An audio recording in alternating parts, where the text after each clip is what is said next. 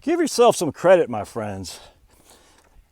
This is our third bear market in 3 years, 4 years. Yes, I am including the Q4 of 2018 as a bear market. If you've hung tight in there, you are an investment stud. That's all I gotta say. Or investment prom queen, head cheerleader. I don't know what the other side would be. Give yourself some credit. I'm sick of all these freaking financial planners.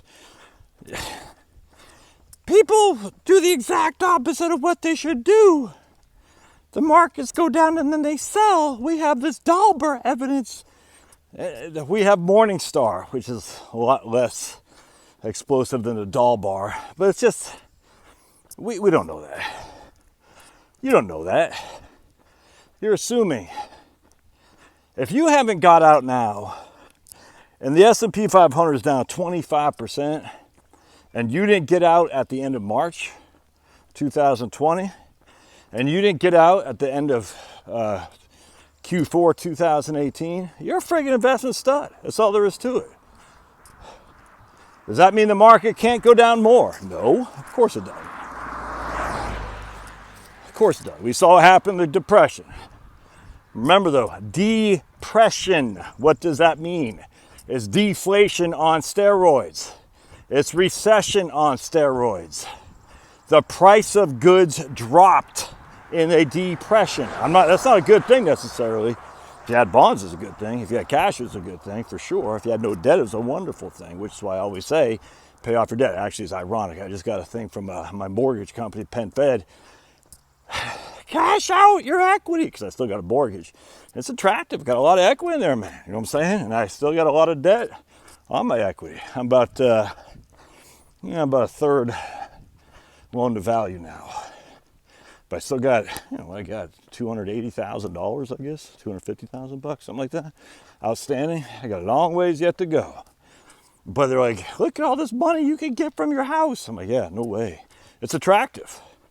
But if that money sits there in my cash account, you know what I'm going to do with it? I'm going to find some way to spend it. Let me tell you. Nope, don't do that.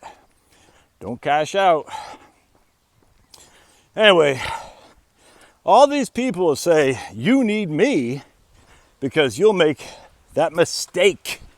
That's what Nick Murray talks about. And man, do I love Nick Murray. I've never understood his stuff when it comes to great mistake investors make as a way to justify a financial advisor's fees. I've never understood that, because he'll say at the end of 2002, you would have got out in the market and yet you would have missed the next XYZ returns because of the mistake you made. And I don't buy that, man. I hear that all the time, that investors are basically maroons and financial advisors are the people who give them the steadying force. I don't believe that for 2 seconds. I mean, look, I get emails on this on occasion. Again, it might be self-selective because people know I don't want to hear it. If you're trying to get out now, I'm like, what? You're already down 25%, man. What are you doing? Especially when you design a portfolio that already had that assumed that you could take a pretty significant hit to your portfolio. So, I mean, yes, it might be self-selective now, but I've been in this business since 1998. You fogged a mirror, I was your guy. As any financial advisor is when he works for a big firm or when he's trying to build a business from scratch. You fog a mirror, I'm your guy.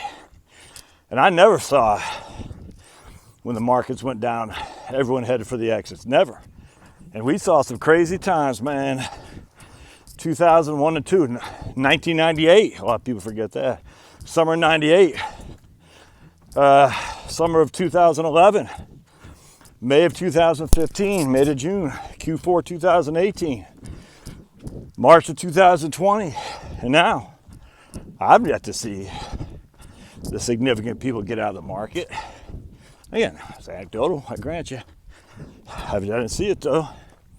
So if I'm not seeing it, and I've been around for a while, who's actually seeing this? Well, Dalbar says, don't get me started on that crap. Morningstar said, probably 10, maybe 15 years ago, they had a study that said people don't make the performance of their investments. I haven't looked at it for a long, long time. I mean, I'll get another run around the park here. It wasn't that bad though. I can't remember the ins and outs of it. I said, okay. Still, it wasn't like Dalbar that said, you would have been better off sitting in cash because you're such an idiot as an investor. That was just dumb. And people, I used to use that, man, when I was a fool. I said, look, folks, I'll never forget I had a couple prospects. I did a seminar in Weire's Cave one time.